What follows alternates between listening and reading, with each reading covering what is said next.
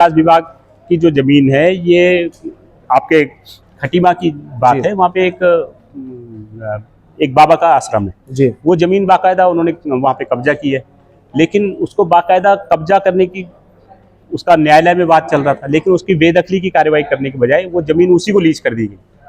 और न सिर्फ लीज कर दी गई बल्कि उस पर जो है विधायक निधि और सांसद निधि से भी पैसे लगाए गए। जी नमस्कार, मैं अमित गोदियाल और आप देख रहे हैं उत्तराखंड हलचल।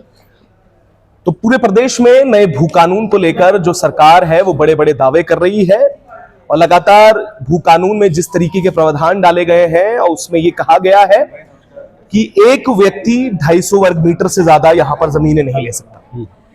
पर सवाल यहां पर यह है कि अभी एक प्रेस कॉन्फ्रेंस होती है, उसमें कुछ ऐसे डेटा निकल कर आए हैं जिन्हें सुनकर आप भी हैरान हो जाएंगे।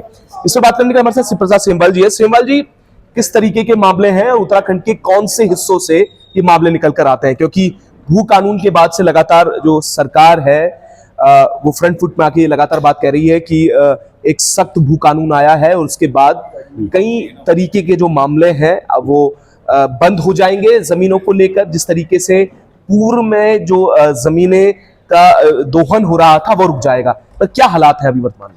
ये मजबूत भू कानून नहीं है, बल्कि राष्ट्रवादी रीजनल पार्टी का मानना है कि ये मजबूर भू कानून है।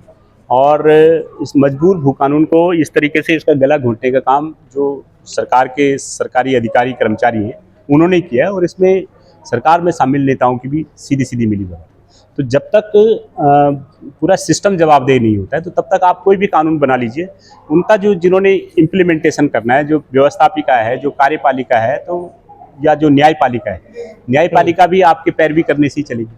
तो जब तक ये तीनों सिस्टम अगर सही से पैरवी नहीं करेंगे या सही से काम नहीं करेंगे तो मुझे लगता है कि कोई भी कानून का तब तक कोई ज्यादा मतलब नहीं रहेगा, जैसे कि ये मौजूदा भू कानून में। ठीक है, क्या क्या मामले हैं, क्या बड़े मामले आते हैं, किस जिलों में क्या हालात? 2-3 तरीके के मामले हैं। एक तो 250 वर्ग मीटर से की सीमा से ऊपर जिनके जमीन खरीदने की जो कैप लगा था, उसमें एक ही परिवार के लोगों ने 250 वर्ग मीटर करके 10-10 बीघा तक यहाँ पे जमीनें खरीदी, जो बिल्कुल तरीके से इलीगल है। भू कानून के बाद हाँ, भू कानून लागू होने के बाद।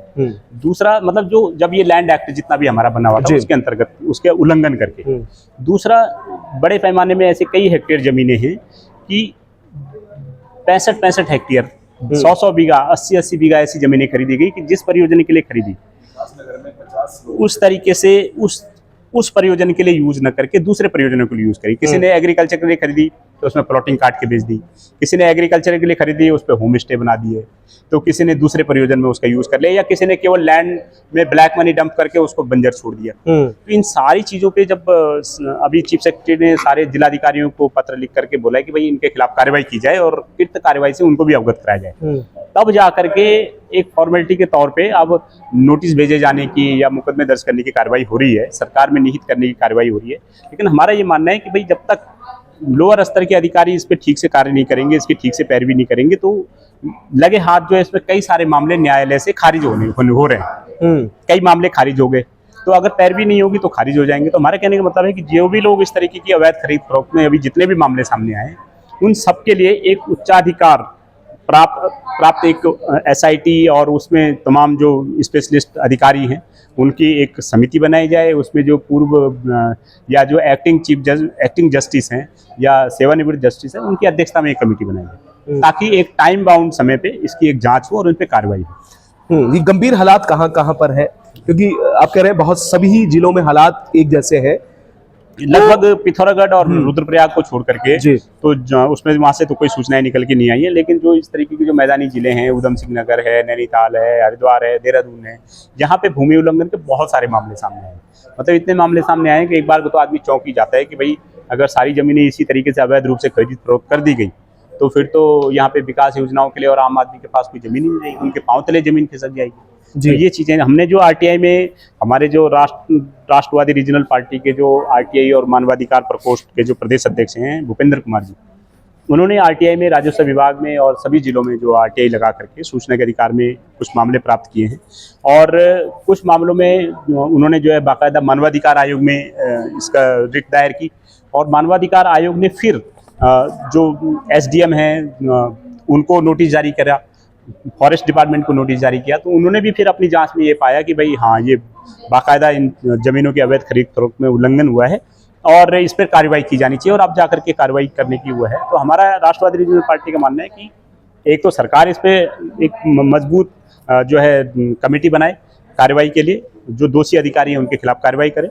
दूसरी ओर राष्ट्रवादी रीजनल पार्टी अपने स्तर पे भी जो संवैधानिक आयोग हैं उनकी भी शरण लेगी, ताकि इस तरीके के अवैध खरीद फरोख्त में जो शामिल अधिकारी हैं, सरकार को राजस्व को चोट लगाने वाले, चपत लगाने वाले जो कर्मचारी हैं, अधिकारी हैं, और जो भूमाफिया हैं जो इस तरीके के अवैध खरीद फरोख्त कर रहे हैं, उन सब पे एक लगाम लगाई जा सके, उनकी जिम्मेदारी फिक्स की जा सके। जिलों की बात करें तो सबसे बड़े मामले किन जिलों से निकल कर आए? सबसे बड़े मामले में तो जैसे देहरादून पे उदाहरण के तौर पे एक बड़ासी ग्रांट में एक मामले हैं, बड़ासी ग्रांट का मामला है, धौलास के मामले हैं जी। एक देहरादून में कृषि चैरिटेबल ट्रस्ट ने काफ़ी सारी ज़मीन खरीदी, एक सेकुल हिंद वह है जिसने, मतलब ये लगा लो कि देहरादून में 65 हेक्टेयर तक ज़मीनें खरीदी गई जी।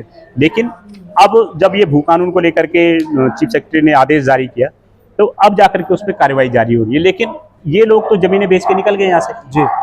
अब उन पर वाद दायर होगा तो इस पर फंसेगा कौन? तो इस पर जो आम लोग हैं, पब्लिक है, जो लोकल लोग जो ज़मीनें बेच रहे हैं, खरीद रहे हैं उनसे, तो वो उन लोगों के हाथ में भी कुछ नहीं आएगा, उनको और नुकसान होगा। तो हमारी ये भी सरकार से निवेदन है कि इस तरीके की जमीन खरीद फरोख्त पे सबसे पहले रोक लगाई जाए। कोई भी आदमी इस तरीके की जमीनें जो आपको पता चल गया कि भाई ये जमीनें इलीगल ढंग से खरीदी गई है, तो सबसे पहले उस पर एक आदेश जारी करें सबके लिए कि इस तरीके की जमीनें जो है नहीं खरीदी जा सकती, उस पर बाकायदा गवर्नमेंट बोर्ड लगाए पहले।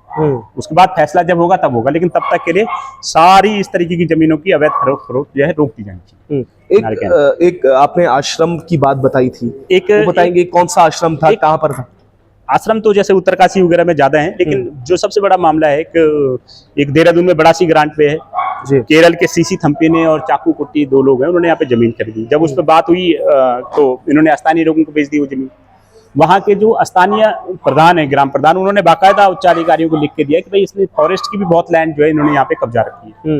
और जब इस पर मानवाधिकार आयोग में शिकायत की गई तो मानवाधिकार आयोग ने फॉरेस्ट को और राजस्व विभाग को इस पर नोटिस भेजा जी। जो एसडीएम हरगिरी है उन्होंने भी जांच की तो मामला सही पाया। अब इस पर कार्रवाई किए जाने की बात है, और हमारा राष्ट्रवादी रीजनल पार्टी का साफ स्टैंड है कि हम लोग अपने स्तर से भी देखेंगे कि इन पर क्या कार्रवाई हो रही है, और इसको हम लोग प्रॉपर कार्रवाई करने के लिए इस पर सरकार को भी दबाव डालेंगे, उनको भी जवाब देंगे। 1000 बीघे की बात आप कह रहे थे कि उसके 1000 बीघे की जो लैंड है उसमें शासन जो है सांसद निधि भी लगाई गई, विधायक निधि भी, वो कौन सा उदाहरण दो? ये शहरी विकास विभाग में है, ऐसे बहुत सारे मामले हैं जी। शहरी विकास विभाग की जो जमीन है, ये आपके खटीमा की बात है, वहाँ पे एक बाबा का आश्रम है जी। वो जमीन बाकायदा उन्होंने वहाँ पे कब्जा की है, लेकिन उसको बाकायदा कब्जा करने की उसका न्यायालय में बात चल रहा था, लेकिन उसकी बेदखली की कार्रवाई करने के बजाय वो जमीन उसी को लीज कर दी गई, और न सिर्फ लीज कर दी गई बल्कि उस पर जो है विधायक निधि और सांसद निधि से भी पैसे लगाए गए जी। ये अपने आप में एक गंभीर मामला है, और अगर सरकार ही इस तरीके के लोगों को संरक्षण देगी तो फिर आने वाले समय में एक पब्लिक है, कई लोग अपनी जमीन पे जंगल उगाते हैं, अपनी जमीन पे पेड़ पौधे लगाते हैं, अपनी जमीनें दान करते हैं, तो उनके लिए सरकार फिर किस तरीके का उदाहरण प्रस्तुत करेगी?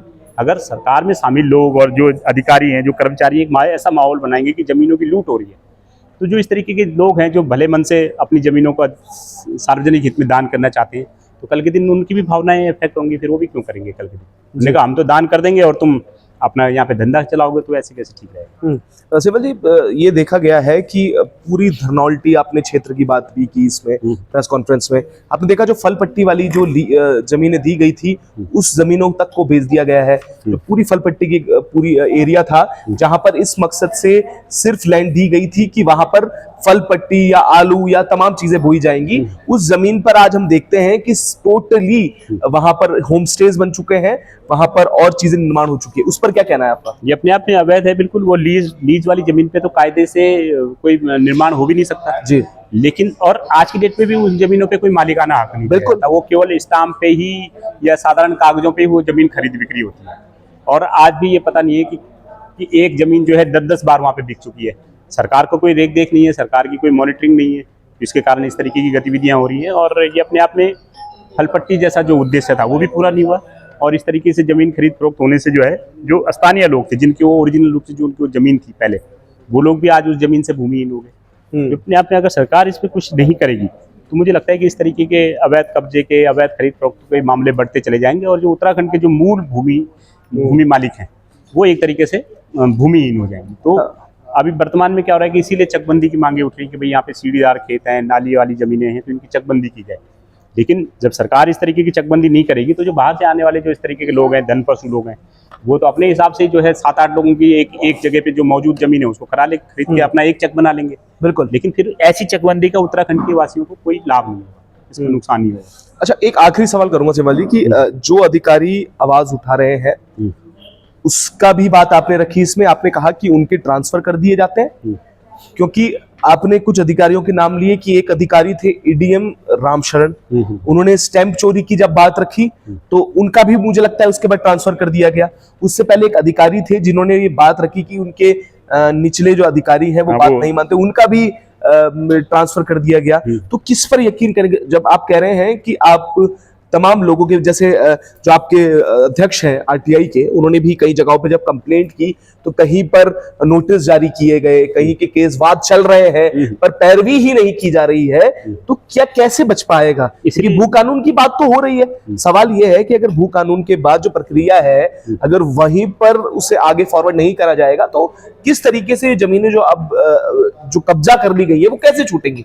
इसका एक ही तरीका है कि इसीलिए हम लोग मांग कर रहे हैं कि एक उच्चाधिकार प्राप्त समिति हो, हाई कोर्ट के एक्टिंग या सिटिंग जस्टिस या फिर सेवानिवृत्त जस्टिस की उसमें एक कमेटी बनाई जाए जिसमें लैंड के जो विशेषज्ञ हैं उन अधिकारियों को लिया जाए इसमें, और बाकायदा एक टाइम बाउंड कमेटी बनाई जाए। तो मुझे लगता है कि इस पर काफ़ी हद तक हम लोग इस पर रोक लगाने में सफल भी होंगे और जो दोषी अधिकारी हैं, कर्मचारी हैं, उनके खिलाफ भी कार्रवाई होगी ताकि एग्जाम्पल सेट हो सके कि इस तरीके की जो गतिविधियां हैं वो नहीं हो सके। एक बहुत छोटा सा बस एक आप कैसे डिफाइन करेंगे, क्योंकि अगर वन विभाग की बात करें तो वन विभाग को अपनी जो बाउंड्रीज है जंगल की वो उन्हें मालूम नहीं है। जब जब सूचना मांगी जाती है वन विभाग से वो अपना पाला राजस्व विभाग को भेजता है, राजस्व विभाग अपना पाला फॉरेस्ट को भेजता है, क्योंकि धारा 4 की बात जब जब होती है, जो कस्टोडियन है फॉरेस्ट, ये इतना बड़ा मामला है कि अभी तक फॉरेस्ट से कई लोगों ने फॉरेस्ट में ये आरटीआई मांगी, सूचना का अधिकार मांगा। हाई कोर्ट ने भी इसका संज्ञान लिया है, जैसे एडवोकेट विकेश नेगी ने सीधा हाई कोर्ट पे चैलेंज किया है, उसमें ये उन्होंने आरटीआई दी है, एक कमेटी गठित की है और ये कह दिया है कि जो उनकी बाउंड्रीज हैं फॉरेस्ट की, वो नक्शे के हिसाब से 1952-53 का जो नक्शा है वो कुछ नक्शे तो उनका अवेलेबल है, कुछ उन्होंने जो गेंद है वो राजस्व को भेज दी है। अब ये गेंद ऐसे घूम रही है कि राजस्व वाला कहता है कि आप इनसे ये बात कीजिए, फॉरेस्ट वाले कहते हैं राजस्व से बात कीजिए। तो ये कैसे डिफाइन होगा, कैसे लैंड बता पाएंगे कि फॉरेस्ट लैंड कहां पर है?